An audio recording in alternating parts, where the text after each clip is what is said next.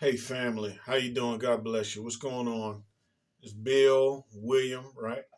Son to one, brother to a couple, cousin, uncle, family member.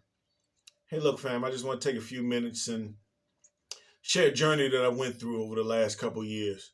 I remember asking a question, and the response was way more than I expected. And it was so much more that I didn't even, I'm just recently understanding that the response was a response to a question that I asked. So, what is the question I asked? I asked to reveal to me who I am in corporal body and in spirit, who I am.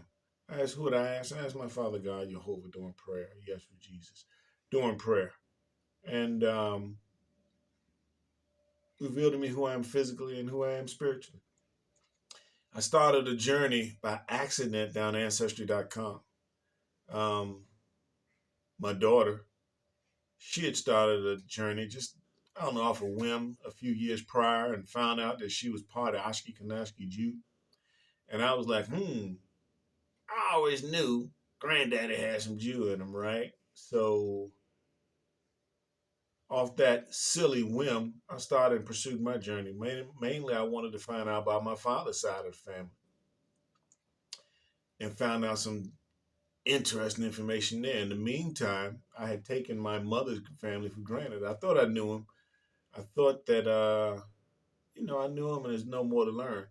And I was so wrong.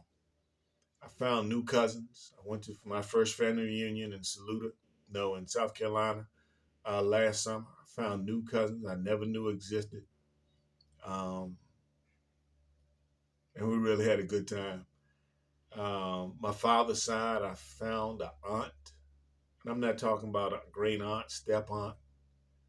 I'm talking about my father's younger sister. She never knew about me. She never knew about my father, and I never knew about her.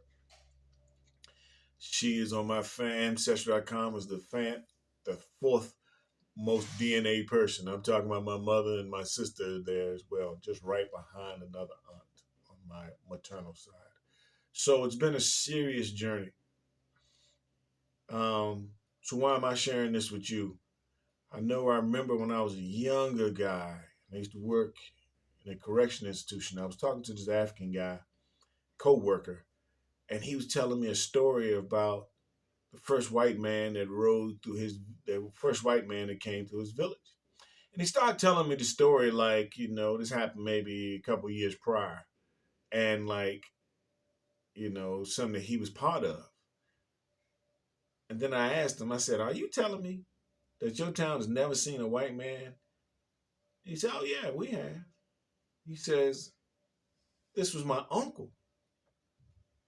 He's telling me his uncle's story as if his uncle told him what happened just last week or last month.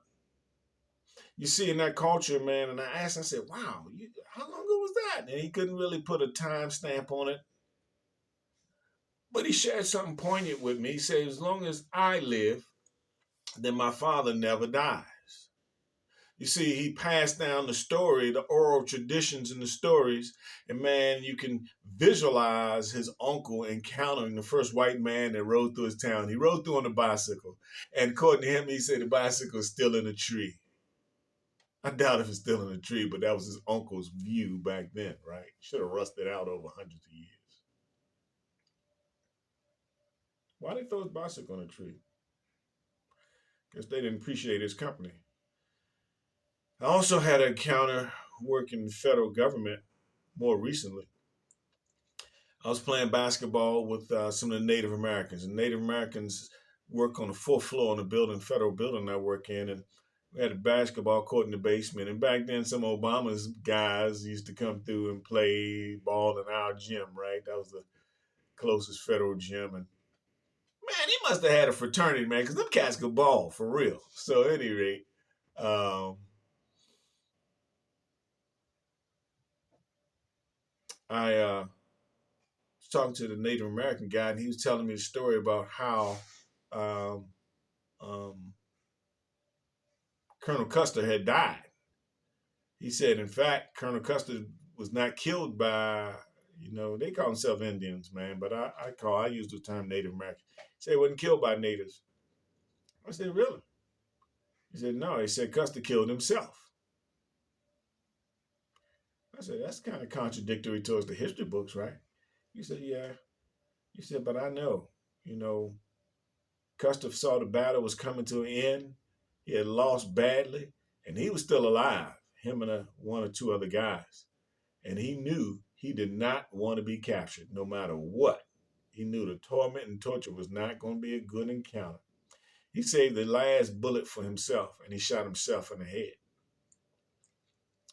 He says, I said, well, how you know, man? He says, my uncle told me. So I'm like, your uncle told you? This happened, 1870? How in the world your uncle tell you? But again, his uncle was there physically. And his uncle passed the story down from generation to generation. So his uncle still lives as part of that historical event. Why am I telling you this? Well, some of us have lived with some of our beautiful ancestors. For me, Ruby Ann West Parker was my grandmother. She left us early in life, and I had just a few memories, and I recorded my memories. But there's some of us that are still alive that may have a few more memories than I do. And I'm asking you and beseeching you to share your memories and record them like I'm recording this right now. Just use a simple cell phone and upload it to a common media like a YouTube. Maybe ask someone to interview you, a niece, a grandchild, a daughter, or a son. I won't say son, right? We all know that the men have not been pulling their weight, doing their role here for the family. This is not the time to ostracize or highlight their inadequacy at the behest of not capturing this history. That is an issue that really should be confronted, but not for this. Someone that would help you focus on staying in the boundaries, on your memories of, again, in this case, Ruby Ann West / Parker. From being a little child, what do you remember?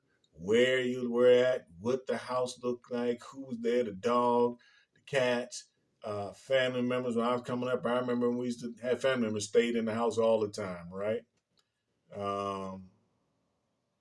How old you were, some of the events, some of the things, and what Ruby Ann played and what your memories of her are, all the way through to her passing. Another person that's with great interest is Ruby Ann's mother, Pearl Dozier West. And sure, why not Granddaddy Salinas too? We have cousins that lived with Grandma. Some remember Granddaddy. I don't remember Granddaddy. Some cousins went over on weekends. We have Pearl has 3 remaining alive, living children. Let's get their interviews. Let's make urgency. Get them interviewed. Every day is critical. None of us are guaranteed tomorrow. COVID demonstrated that really succinctly. But even without COVID, we're getting older day by day, including myself.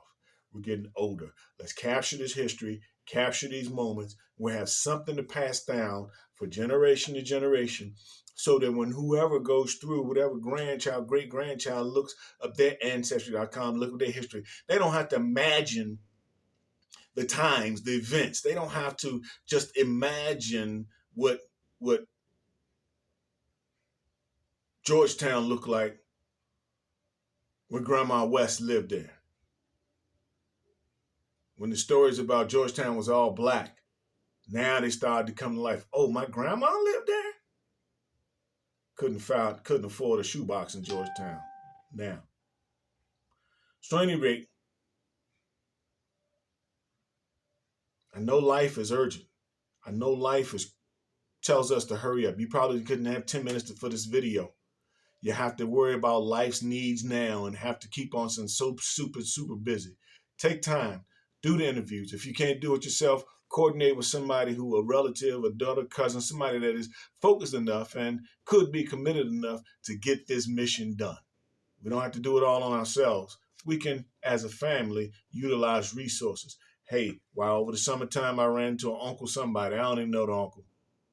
He had a history. He shared some things about Salinas West. Can we get his interview? Can we get him on tape? I got him for just a few minutes. There was another uncle. He did a great harmonica and dance for us. Let's get these relatives on tape before they leave us and hear their story firsthand. All right? Let's get it. Bless you.